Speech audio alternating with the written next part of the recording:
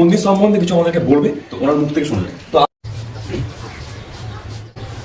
তো আমরা এখন আছি এক ব্রিটিশ আমলের পুরানো মন্দির। তোমরা জানতে চাইবে না মন্দিরটা কত সালে? প্রায় 831 বছরের পুরানো এই মন্দির। একটা না, আছে চারটে মন্দির। আছে পুরা মাটির ওপর বানানো আগেকার দিনের অজস্র ডিজাইন। এখানেই শেষ না, আছে এক সুড়ঙ্গ। তাহলে অনেক তো হলো, এবার লোকেশনটা বলা যাক। শোনা যায় নাগের অভিশাপে আজও সেই সাপুরে কুকুর হয়ে পাহারা দিয়ে বেড়াচ্ছে পুরো মন্দির। বিকাল গড়িয়ে সন্ধ্যা এলো। চল রে ভাই চল, এবার গল্প কথা বল। হ্যাঁ, শুরু করা যাক গল্প। আসলে এই মন্দিরটা প্রতিষ্ঠিত হয়েছিল ব্রিটিশ আমলে, তখন সাল 1195। কিন্তু কোনো ব্রিটিশ এই মন্দির তৈরি করেনি, তৈরি করেছিল ঘোষ বাড়ির জমিদার সীতারাম ঘোষ। কিন্তু সীতারাম ঘোষ মন্দির স্থাপন করে উনি মারা যান। তার পেছনে আছে এক বিরল কাহিনী। তো বন্ধুরা, আমি পেয়ে গেছি এখানকারই একদম বাসিন্দা, পাশেই থাকেন উনি। তো আজ উনি মন্দিরে পুজো দিচ্ছিলেন, তখনই ওনাকে আমি রিকোয়েস্ট করি কিছু বলার জন্য মন্দির সম্পর্কে। ওনাকে পেয়ে গেছি, তো উনি মন্দির সম্বন্ধে কিছু আমাদেরকে বলবে, তো ওনার মুখ থেকে শোনা যায়। তো আপনি এখানে আসছেন কতদিন থেকে? আমি 65 সাল থেকে আসছি। 65 সাল থেকে প্রায়? আচ্ছা, মানে এখানে আসেন জল ঢালে চলে যায়? হ্যাঁ, জল ঢালি, বারবার সেবা যত্ন করে পুজো পুজো করে দুবার করে আসি। সকালে একবার বেলপাতা ফুলপাতা দিয়ে, বিকেলে সন্ধ্যার ঘিয়ে প্রদীপ জ্বালিয়ে দিয়ে চলে যাই। এবার কাজকর্ম থাকি। আমার মন্দির নিয়ে পড়ে থাকলে আমার বিভিন্ন কাজকর্ম থাকে। আমি একটা নেটওয়ার্কের মধ্যে আছি, একটা সামাজিক ওয়েলফেয়ারের কাজ করি। বাবাকে জানিয়ে দিয়েছি, উনি আমার কাজগুলো মোটামুটি আমার সঙ্গে থাকেন, উনি আমাকে কাজগুলো বুঝিয়ে দেন। সেইভাবে কাজ করে আবার আসি, বিকালে ওনাকে বলি যে এই কাজ হয়েছে, উনি আমার কাজগুলোকে রেগুলার রুটিন উনি আমাকে সাজিয়ে দেন, ওনার অনুসারে আমার কাজগুলো করি। আচ্ছা, কিন্তু মানে এই মন্দির সম্বন্ধে যদি কিছু অলৌকিক কাহিনী, মানে মন্দিরটা তো প্রায় আজ থেকে 830 বছরের বেশি পুরনো। তো এই মন্দির সম্বন্ধে যদি কিছু আপনি অলৌকিক কোনো ঘটনা বলেন, মানে মন্দির সম্বন্ধে কি হয়, মানে কি হয়েছিল আগে বা এখন কিরকম হয়, আপনি কি বুঝতে পারেন মন্দির সম্বন্ধে কিছু? হ্যাঁ, মন্দির সম্বন্ধে যেহেতু আমি ঘুরে ফিরে আসছি, আমি বুঝতে পারি বাবাই আমার ঠিকঠাকে বুঝিয়ে দেন।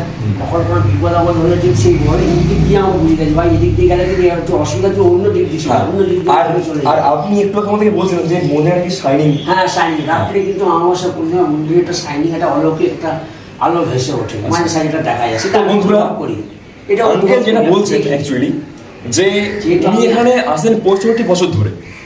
আস্তে আস্তে তো উনি এখানে প্রত্যেকদিন জল ঢালেন।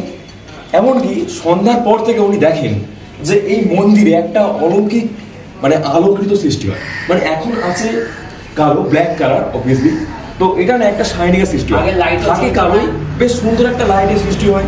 বা এখানে এসে মানে যখন আপনি আসবেন না, মন্দিরে এলেই এমনি শান্তি অনুভব করা যায়, কিন্তু এখানে এসে একটা অন্যরকম একটা সাংঘাতিক আপনি ফিল অনুভব করবেন এই মন্দিরে এসে। কারণ মন্দিরটা প্রায় 830 বছরেরও বেশি পুরানো। সেই ব্রিটিশ আমলের পুরানো এই মন্দির এক জমিদারের তৈরি। তো আঙ্কেল আমাদেরকে অনেকটা প্রায় বললেন, তো আঙ্কেলকে একদম ধন্যবাদ আমাদেরকে এটা এতটা না এলে আপনি অনুভব করতে পারবেন। প্রতি খুব শান্তির জায়গা, এবং বাবা সবাইকে দেখেন। বাবাকে যদি আপনি শ্রদ্ধা করেন, নিশ্চয়ই আপনার কাজ মনোকামনা পূর্ণ হবে। তো তাহলে আপনারা আসুন, যদি আপনাদের কোনো মনোবাসনা থেকে থাকে, আপনার যদি কোনো মনোকামনা থেকে থাকে, আপনারা অবশ্যই আসুন। এখানে সবাই এলে সবাইয়ের মনোবাসনা মনোকামনা অবশ্যই পূর্ণ হয়। তবে সবাই তো সময় লাগে, সময় ছাড়া কিছুই হয় না। তো আপনারা আসুন, লোকেশন আপনাদেরকে অবশ্যই বলে দেবো, আপনারা আসুন আর এই মন্দিরে এসে ঘুরে যান। পুরোনো মন্দির দেখলে হবে না, যেখানে ভক্তের ভক্তি বিরাজ করে সেখানেই তো স্বয়ং ভগবান বিরাজ করেন। তাই তো গানটা গেয়েছিলেন, আমি সবার পিছনে। আজ চারটে মন্দির, তার মধ্যে এই একটা মন্দির। এই মন্দিরে আছে এক বিরল রহস্য।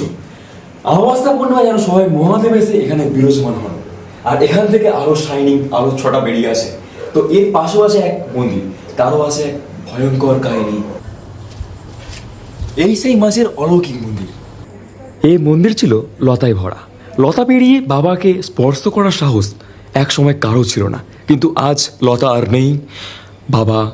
বাবার আশীর্বাদে লতা সব সরে গেছে। আজ মানুষজন এখানে আসে, তার মনস্কামনা বাবার কাছে জানায়। বাবা সেই মনস্কামনা মনোবাসনা বাবা পূর্ণ করে। তো মন্দিরের শুরুতেই ছিল অসংখ্য ঐতিহাসিক ডিজাইন। আমি সামনে না এলে জানতেই পারতাম না আগেকার মানুষের হাতের কাজ এত সুন্দর ছিল। হয়তো দিন ফুরিয়েছে, ইটে নোনা ধরেছে, মন্দিরের ছাদের ওপর অনেক গাছপালা সৃষ্টি হয়েছে, কিন্তু এত সুন্দর ডিজাইন আজ লক্ষ লক্ষ টাকা দিয়ে বানানো সম্ভব না। এই সেই মন্দির যেটা প্রতিষ্ঠিত করার পর জমিদার সীতারাম ঘোষ মারা যায়।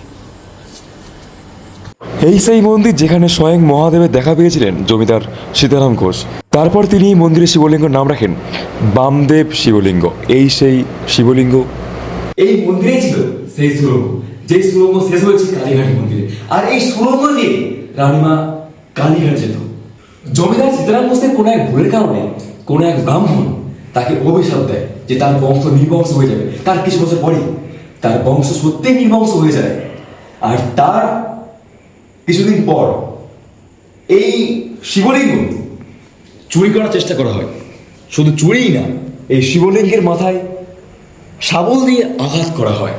আর তোমাদের আরো এক কথা বলে রাখি, এই শিবলিঙ্গ কিন্তু হাত দিয়ে সহজেই ঘোরানো যায়। এই সেই 4 নম্বর মন্দির যার সামনে হতো দুর্গাপূজা। শুধু দুর্গাপূজা না, 4টে শিবলিঙ্গ একসঙ্গে দুর্গাপূজা হতো। আর হতো নরবলি।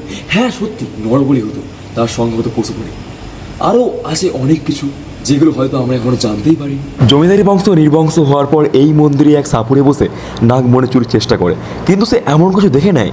সেখানে 4 দিন ঘুমিয়ে থাকে অজ্ঞানত অবস্থায়। এখানকার মানুষই তাকে 4 দিন পর দেখতে পায় সেই অজ্ঞানত অবস্থায়, এবং সে তার ভুল সবার সামনে স্বীকার করে। গল্প তো অনেক বললে, চাটা এবার খাও।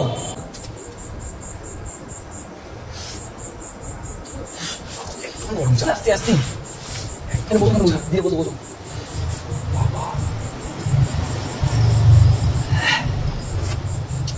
তাহলে অনেক তো হলো, এবার লোকেশনটা বলা যাক। হ্যাঁ করেই দাও শেয়ার। তোমরা শোনো, লোকেশনটা টলিগঞ্জ মেট্রো থেকে একদম লেভেল সামনেই টেকনিশিয়ান স্টুডিও। যে কাউকে বললে একদম বলে দেবে। টেকনিশিয়ান স্টুডিও মানে ওখানে হয় সিরিয়াল মুভির শুটিং, খুব ফেমাস জায়গা। টেকনিশিয়ান স্টুডিওর একদম মোড় থেকে সোজা গিয়ে একটা কর্নপার্ক পড়বে, ওখানে আছে নানুবাবুর বাজার, খুব ফেমাস একটা জায়গা। বাজারের সামনে এসে যে কাউকে তোমরা যদি বলো যে ঘোষবাড়ির মন্দিরে যাবো, তোমাদেরকে যে কেউ দেখিয়ে দেবে। এরকম ফেমাসই জায়গা, মানে এটা এতটাই ফেমাস, তোমরা যদি বলো যে ঘোষ বাড়ির মন্দিরে যাবো, কারণ এটা হচ্ছে আগেকার জমিদারি বাড়ির মন্দির, তাই আর কি এটা এতটাই ফেমাস।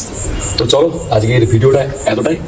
তো তোমরা সবাইকে শেয়ার করো, ভালোবাসা দিও, যেন পরবর্তীকালে আমরা আরও এমনই কষ্ট করে রাত দিন জেগে আরও অনেক ভালো ভালো ভিডিও তোমাদের সঙ্গে শেয়ার করতে পারি। তো চায়ের সঙ্গে শেষ।